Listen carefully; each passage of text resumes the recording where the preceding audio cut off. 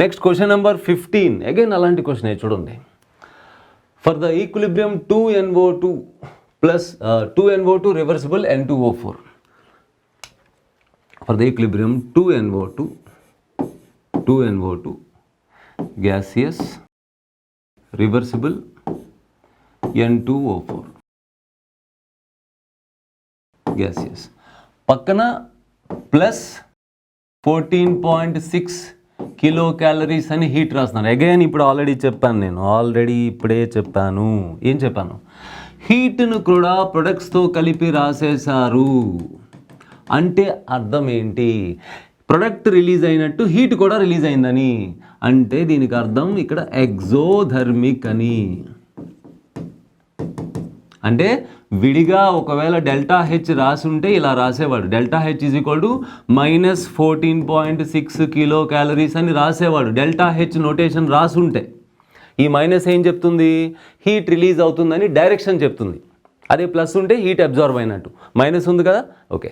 ఇలా రాయొచ్చు, లేదా హీట్ని సపరేట్గా డెల్టా హెచ్తో ఇలా ఇండికేట్ చేయొచ్చు, లేదంటే ప్రొడక్ట్స్తో పాటు రాసేయచ్చు. ఈ రెండు ఏం చెప్తున్నాయి? ఫార్వర్డ్ ఎగ్జోథర్మిక్ అని చెప్తున్నాయి. ఇంకో విషయం, ఫార్వర్డ్ ఎగ్జోథర్మిక్ అయితే బ్యాక్వర్డ్ ఎండోథర్మిక్ మర్చిపోకండి. ఫార్వర్డ్లో ఎంత హీట్ రిలీజ్ అవుతుందో బ్యాక్వర్డ్లో అంతే హీట్ అబ్జార్బ్ అవుతుంది. Energy can't be created, can't be destroyed కదా. ఎనర్జీని క్రియేట్ చేయలేము, డిస్ట్రాయ్ చేయలేము. ఫార్వర్డ్లో ఎంత హీట్ రిలీజ్ అయిందో బ్యాక్వర్డ్లో అంతే హీట్ అబ్జార్బ్ అవుతుంది. ఫార్వర్డ్ -14.6 కదా, బ్యాక్వర్డ్ కావాలంటే ఒకవేళ +14.6. ఓకే, అయితే ఇప్పుడు క్వశ్చన్ ఏంటో చూద్దాం.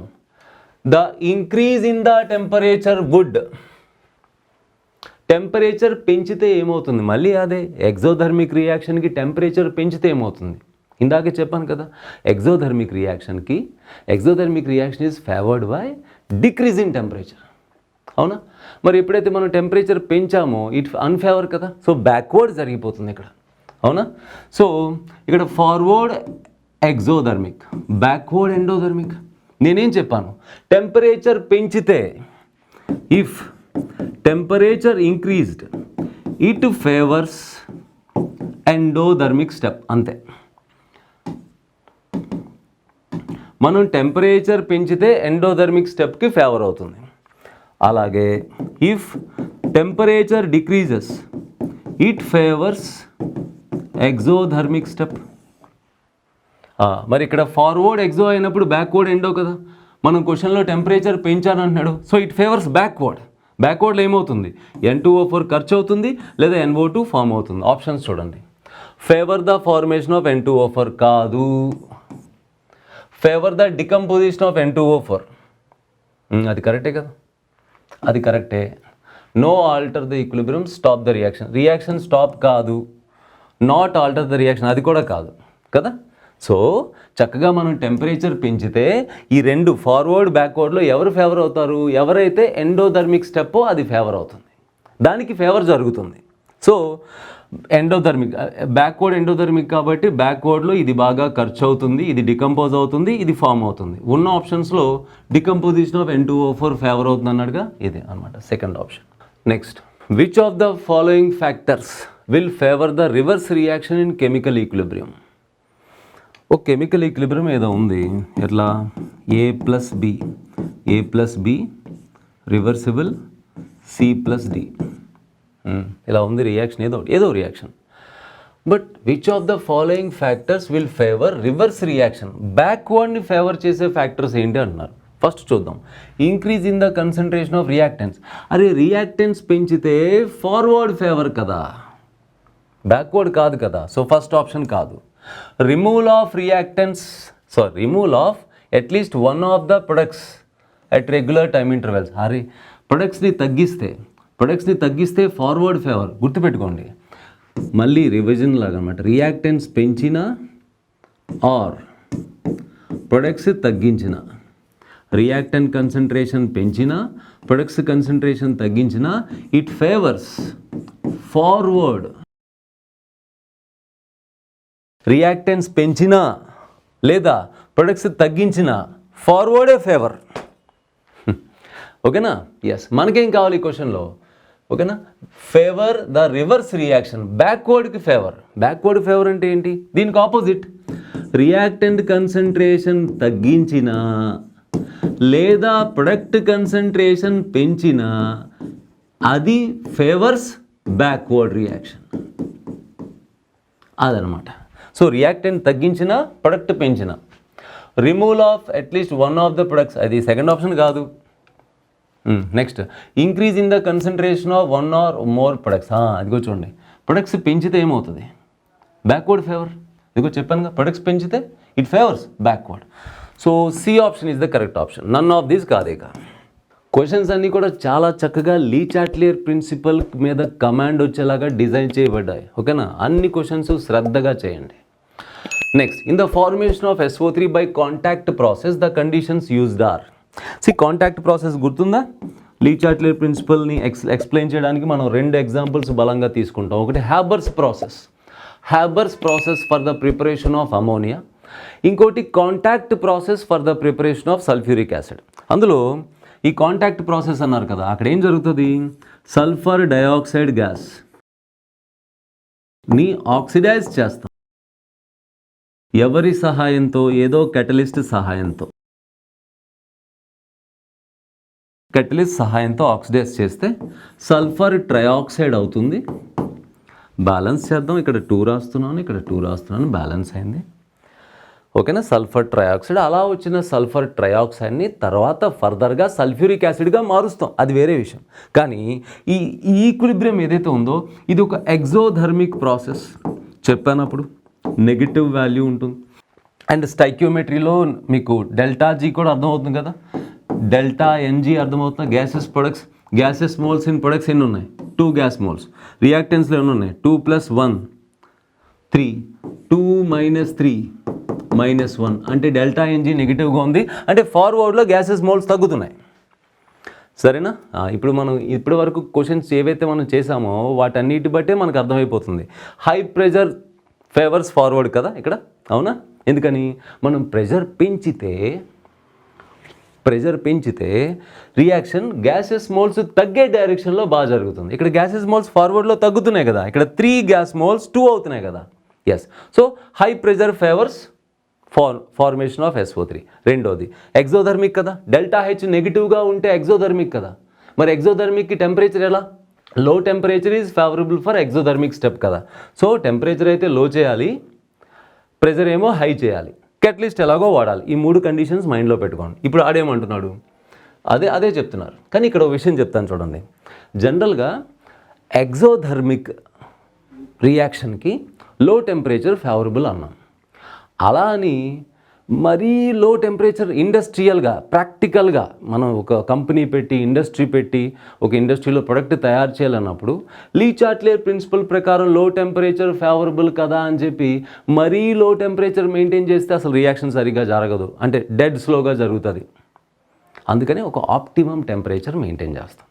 ఓకేనా, అలాగే ప్రెజర్ కూడా లీ చాట్లియర్ ప్రిన్సిపల్ ప్రకారం హై ప్రెజర్ ఫేవరబుల్ కదా అని చెప్పి మరి బీభత్సమైన హై ప్రెజర్ మెయింటైన్ చేసామనుకోండి, కంటైనర్లు తట్టుకోవాలి కదా ప్రాక్టికల్గా. అందుకే మరీ ఎక్కువ కాకుండా ఆప్టిమమ్ ప్రెజర్ అనేది వాడుతుంటారు. ఓకేనా, ఈ క్వశ్చన్ దాన్ని బేస్ చేసుకుని అడిగారు.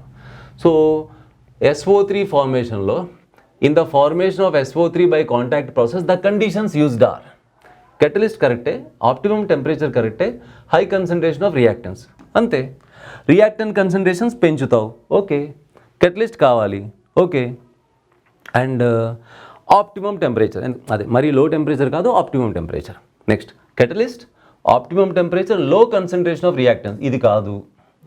కెటలిస్ట్ హై టెంపరేచర్, ఇది కాదు. ఎందుకని, ఎగ్జోథర్మిక్కి హై టెంపరేచర్ ఉండకూడదు, లో టెంపరేచర్ ఉండాలి. కెటలిస్ట్ లో టెంపరేచర్ అండ్ లో కన్సంట్రేషన్ ఆఫ్ రియాక్టెన్స్. ఓకేనా, రియాక్టెంట్ కన్సంట్రేషన్స్ ఎంత హై తీసుకుంటే అంత బాగా ఫార్వర్డ్ జరుగుతుంది. ఓకేనా, నెక్స్ట్ ఈ క్వశ్చన్ కనిపిస్తుందా, నేను చదువుతున్నాను చూడండి. గివెన్ రియాక్షన్ 2x + y, ఆ రియాక్షన్ ఇక్కడ రాస్తాను, 2x gas plus y gas reversible 2z gas, ఇలా ఉంది. ప్లస్ రాసి 80 కిలో క్యాలరీస్ అంటున్నాడు. Okay, which combination of pressure temperature gives the highest yield of Z అంటున్నారు, అంటే ప్రొడక్ట్ ఎక్కువ. ఫస్ట్ కాంబినేషన్ చూడండి, 1000 atmosphere pressure, 500 degree Celsius temperature, 500 atmospheres pressure, 500 degree Celsius temperature. So temperature రెండు ఆప్షన్స్లో 500 ఉన్నాయి, అండ్ ప్రెజర్ కూడా రెండు ఆప్షన్స్లో 100, 1000, 100 అలా. అయితే అసలు ఆప్షన్స్ కూడా చూడకలా, మనకి ఇక్కడ అర్థం అవుతుంది ఏంటి, ప్రొడక్ట్స్తో పాటు హీట్ రాస్తారు అంటే అర్థం ఏంటి, ఎగ్జోథర్మిక్ కదా, ఈ reaction exothermic. So low temperature favourable, అంతే కదా, low temperature favourable. Okay, and delta N G ఏంటి, ఇక్కడ 3 గ్యాస్ మోల్స్ 2 అవుతున్నాయి కదా, అంటే ఏంటి, delta N G negative. So high pressure favourable, అంతే. సో ఈ ఉన్న ఆప్షన్స్లో రెండు టెంపరేచర్స్లో లో టెంపరేచర్ సెలెక్ట్ చేసుకుందాం, అండ్ ప్రెజర్స్లో హై ప్రెజర్ సెలెక్ట్ చేసుకుందాం. ఓకేనా, అదిగో చూడండి, ఇక్కడ టెంపరేచర్ ఇక్కడ 500, ఇక్కడేమో 100. సో కాబట్టి ఈ రెండు ఆప్షన్స్ చూద్దాం, లో టెంపరేచర్ కావాలి కాబట్టి. అండ్ ప్రెజర్స్లో ఇక్కడేమో 500 అండ్ 1000, మనకి ప్రెజర్ హై ప్రెజర్ కావాలి కదా. సో ఉన్న టెంపరేచర్స్ రెండే ఉన్నాయి, ఒకటి 500 డిగ్రీ సెల్సియస్, ఇంకోటి 100 డిగ్రీ సెల్సియస్. రెండిట్లో ఇది సెలెక్ట్ చేశాను. ప్రెజర్స్ కూడా రెండే ఉన్నాయి, ఒకటి 500 అట్మాస్ఫియర్స్, ఇంకోటి 1000 అట్మాస్ఫియర్స్. ఓకేనా, ఇది సెలెక్ట్ చేశాను. ప్రెజర్ ఏమో హై సెలెక్ట్ చేశాను, టెంపరేచర్ లో సెలెక్ట్ చేశాను, that's it. So best option కాదు, best option is third option, 1000 atmosphere pressure and 100 degrees temperature. Next question number 19. Consider the reaction HCN reversible H plus CN minus CN. అరే CN minus wrong పడింది, ఒక CN minus చాలు. ఇక్కడ రాస్తాను చూడండి, HCN reversible H plus CN minus, అంతే. Okay, at equilibrium the addition of CN minus would, అంతే. ఏమవుతుంది, ఈక్విలిబ్రియం దగ్గర CN మైనస్ బయట నుంచి యాడ్ చేస్తే ఏమవుతుంది, ఆల్రెడీ మనం చెప్పుకున్నాం. ఒక రియాక్షన్ ఈక్విలిబ్రియం దగ్గర ఉన్నప్పుడు ప్రొడక్ట్స్ కన్సన్ట్రేషన్ పెంచితే ఇట్ ఫేవర్స్ బ్యాక్వర్డ్. ఇక్కడ పెంచేసాం అనుకోండి బ్యాక్వర్డ్ బాగా జరుగుతుంది, రియాక్టెన్స్ పెంచామనుకోండి ఫార్వర్డ్ బాగా జరుగుతుంది. ఓకేనా, yes. So reduces HCN concentration అన్నారు, అదేంటి, CN యాడ్ చేస్తే బ్యాక్వర్డ్ బాగా జరిగి HCN పెరిగిపోతుంది, వీడు రెడ్యూసెస్ అండ్ ఫస్ట్ ఆప్షన్ అన్నాడు తప్పు. Decreases the H plus concentration, ఇది కరెక్ట్. ఎందుకని, మనం CN మైనస్ యాడ్ చేసాం, మనం యాడ్ చేసిన CN మైనస్ H ప్లస్తో కలిసి బ్యాక్వర్డ్ అయిపోతుంది. సో కాబట్టి ఈ ప్రాసెస్లో H ప్లస్ కన్సన్ట్రేషన్ తగ్గిపోతుంది, సో అది correct. Increases the equilibrium constant, temperature మారినంత వరకు ఆ రియాక్షన్కి ఆ టెంపరేచర్కి ఈక్విలిబ్రియం కాన్స్టెంట్ ఈజ్ కాన్స్టెంట్, దాని పేరే కాన్స్టెంట్, అది మారదు. ఇంక్రీజెస్ ద ఈక్విలిబ్రియం కాన్స్టెంట్ తప్పు, డిక్రీజెస్ ద ఈక్విలిబ్రియం కాన్స్టెంట్ అది తప్పు. Correct option is B option. Next question number 20. The gaseous equilibrium, the formation of, ఇక్కడ ఏదో పడలేదు నాన్న, ద ఫార్మేషన్ ఆఫ్ డాష్ మనం రాసేద్దాం, formation of SO3, formation of SO3 will be favoured by అంటున్నారు. ఇదిగో ఇప్పటికి చాలా క్వశ్చన్స్ చేసేసాం, ఈ పాటికి ఈ కాన్సెప్ట్ పైన కమాండ్ వచ్చేయాలి. ఇన్ని క్వశ్చన్స్ ఒకే కాన్సెప్ట్ పైన, ఒకే కండిషన్స్ పైన ఇన్ని క్వశ్చన్స్ చేశాక మనిషి అనేవాడికి ఆ టాపిక్ మీద బీభత్సమైన కమాండ్ వచ్చేయాలి. Q calories. ఇక్కడ ఏం జరుగుతుంది చూడండి, ఇక్కడ రియాక్షన్లో ప్రొడక్ట్స్తో పాటు హీట్ రాస్తారు, అంటే అర్థం ప్రొడక్ట్స్ రిలీజ్ అయినట్టుగా హీట్ కూడా రిలీజ్ అవుతుందని, అంటే ఫార్వర్డ్ ఎగ్జోథర్మిక్గా జరుగుతుందని. ఫార్వర్డ్ ఎగ్జోథర్మిక్, మరి ఎగ్జోథర్మిక్ అయితే లో టెంపరేచర్ ఫేవరబుల్ కదా. Okay, and 2 + 1 3 gas moles 2 gas moles అవుతున్నాయి, అవునా, గ్యాసెస్ మోల్స్ తగ్గుతున్నాయి, అంతేనా, గ్యాసెస్ మోల్స్ తగ్గుతున్నాయి. మనకు కూడా అదే కావాలి కదా, SO3 ఫామ్ అవ్వాలంటే ఫార్వర్డ్ జరగాలంటే గ్యాసెస్ మోల్స్ తగ్గాలి, గ్యాసెస్ మోల్స్ తగ్గాలంటే ప్రెజర్ పెంచాలి. ఎందుకంటే ప్రెషర్ పెంచితే రియాక్షన్ గ్యాసెస్ మోల్స్ తగ్గే వైపు బాగా జరుగుతుంది, అవునా? సో కాబట్టి హై ప్రెషర్ అండ్ లో temperature, first option is the best option. ఓకేనా? ఎస్.